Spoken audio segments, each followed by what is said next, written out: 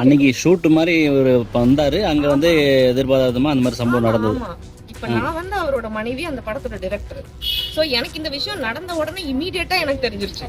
நாங்க இமீடியட்டா போய் அந்த மெயின்டெனன்ஸ்ல நான் ஊர்ல இருந்து வந்த உடனே போய் அவங்கள பார்த்து பேசி இது என்ன ஏதுன்னு கேட்டு விளக்கமும் கொடுத்து முடிச்சிட்டோம். அது எல்லா பிரச்சனையும் அங்கேயே சால்வ் ஆயிடுச்சு. இது நடந்து இப்ப 6-7 மாசத்துக்கு மேல ஆயிடுச்சு. நாங்க இப்ப அந்த வீட்டுல குடியும் இல்லை, நாங்க வேற வீடு மாறிட்டோம். இப்ப வந்து சம்பந்தமே இல்லாம இதை வந்து பிரச்சனை ஆக்கிட்டாங்க. இதை பிரச்சனை ஆக்குனவங்க யாருன்னு கூட எனக்கு தெரியல.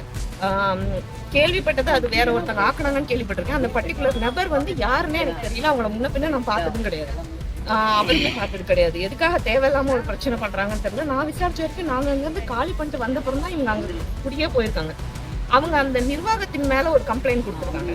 அந்த கம்ப்ளைண்ட் சம்பந்தமா அதை ஸ்ட்ராங் பண்றதுக்காக அந்த நிர்வாகத்தின் மேல தப்பு இருக்குன்னு காட்டுறதுக்கு சம்பந்தமே இல்லாம இந்த வீடியோ வந்து அவங்க யூஸ் பண்ணியிருக்காங்க.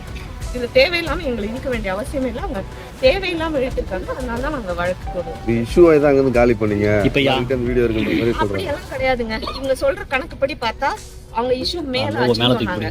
நாங்க வீட்டை காலி பண்ணது செப்டம்பர்ல. மேக்கும் செப்டம்பருக்கும் நடுவுல எத்தனை மாசம் இருக்கு? அந்த வீட்டுல வச்சுதான் எங்களுக்கு நிச்சயதார்த்தம் நடந்திருக்கு. அதுக்கப்புறம் அத்தனை நாள் நாங்க அந்த வீட்டுல இருந்திருக்கோம். அப்புறம் நாங்களே அந்த இஷ்யூ ஆக்கி அதை காலி பண்ணணும். இப்ப புகார் யார் மேல மேடம் கொடுத்துருக்கீங்க? புகார் யார் மேல? அது நான் இப்போ ரிவீல் பண்ண முடியாதுங்க. அந்த வீடியோவை யாரு பரப்புனாங்களோ அவங்க மேல.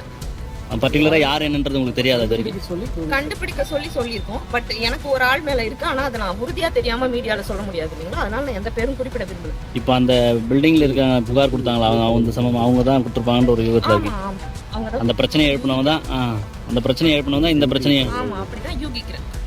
அந்த சம்பவம் எங்க நடந்தது? இதுக்கப்புறம் சம்பவம் எங்க நடந்தது? அந்த அடுத்து ஐயப்பன் தான். அங்க ஸ்டேஷனுக்கு போயிருக்கேன், அங்க கம்ப்ளைண்ட் கொடுக்கல. ஏன்னா இப்ப நாங்க வந்து வேற ஒரு ஏரியா, நாங்க வானகரத்துல குடி இருக்கிறதுனால இந்த லிமிட்ல கொடுக்க வந்தோம், அவ்வளவுதான். அங்க ஜூரிஸ்டிக்ஷன் இல்ல, அதனால ஓகேவா? இப்ப சமூக வலைதளத்துல சும்மா அதிகமா தாக்கு இருக்கு. அதுக்கு சம்பந்தம் என்ன சொல்ல வருது? இது உண்மையா இருந்தாதான் அது சம்பந்தமா நம்ம வந்து ஃபீல் பண்ணணும். ஒரு நியூஸ் வந்தோம்னா அது உண்மையா பொய்யான்ற ஒரு எந்த ஒரு ஆதாரமும் இல்லாம அதை பத்தி அலசி ஆராயமா வந்து வேற வேலை இல்லாம கமெண்ட் பண்ணிட்டு இருக்காங்க. அதுக்கு நம்ம பதில் சொல்றதுக்கு ஒண்ணும் இல்லை.